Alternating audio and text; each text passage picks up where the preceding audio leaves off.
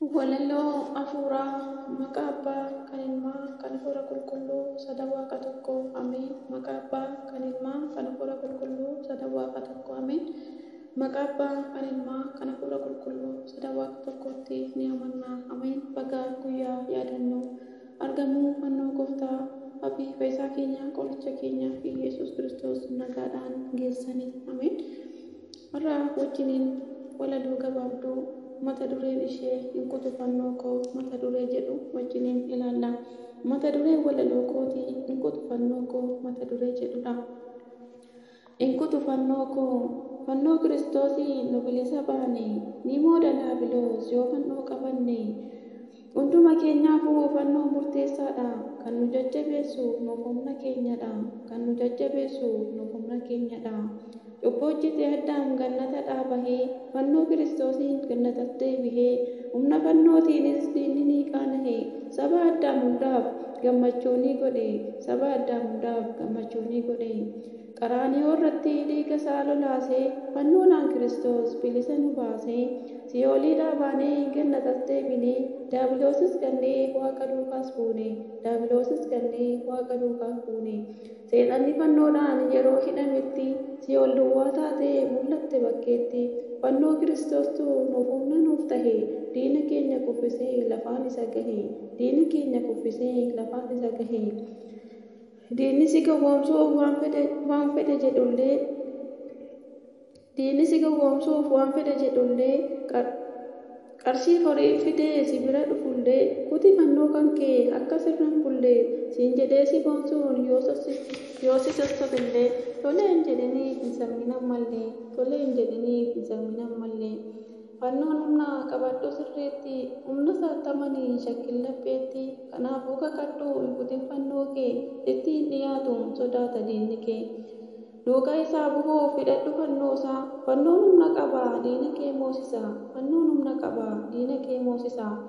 Abdii kee godhadhu hamani humna isaa qarshii horii miti ulfaataa dhiiga isaa boonsaa fannoo irraa argannee haadha gaafa rakkoos durbee badhaafamne.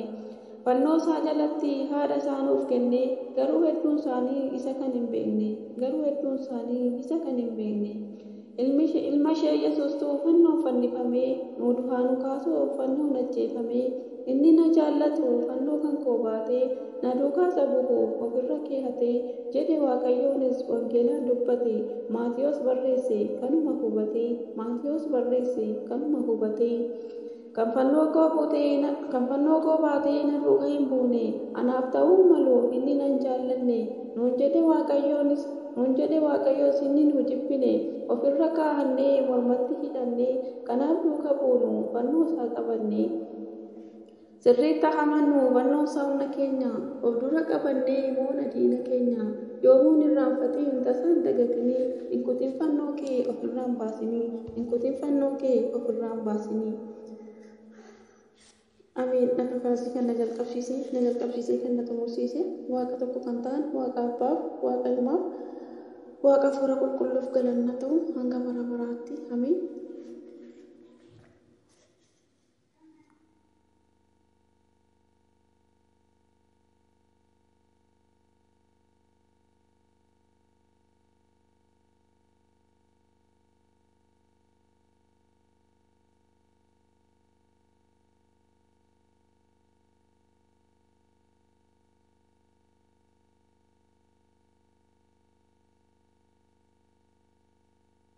Fannoo gooftaan ifaan argannee jaalala isaa bilisoomne deddeeraa keenya raanfannee.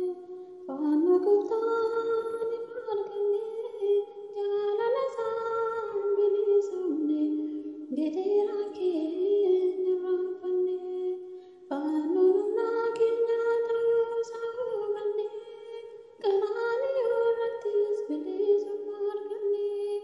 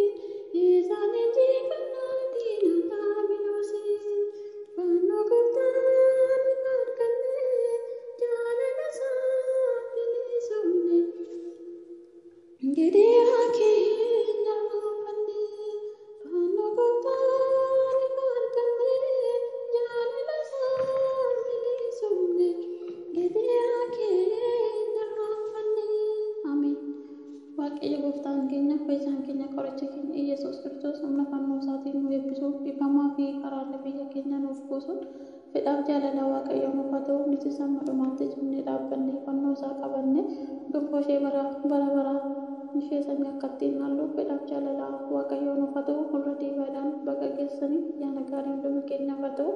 Ameen. Eebbifamaa.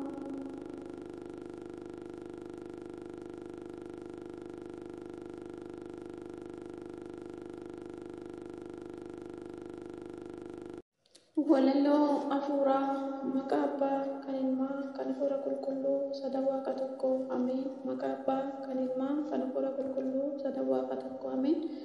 Maqaa abbaa kan ilmaa kan hafuura qulqulluu sadan waaqa tokkotti ni amanna ameen. Baga guyyaa yaadannoo argamuu fannoo gooftaa Abii Fayyisaa keenya qoricha keenya fi Yesuus Kiristoos nagaadhaan geessanii ameen.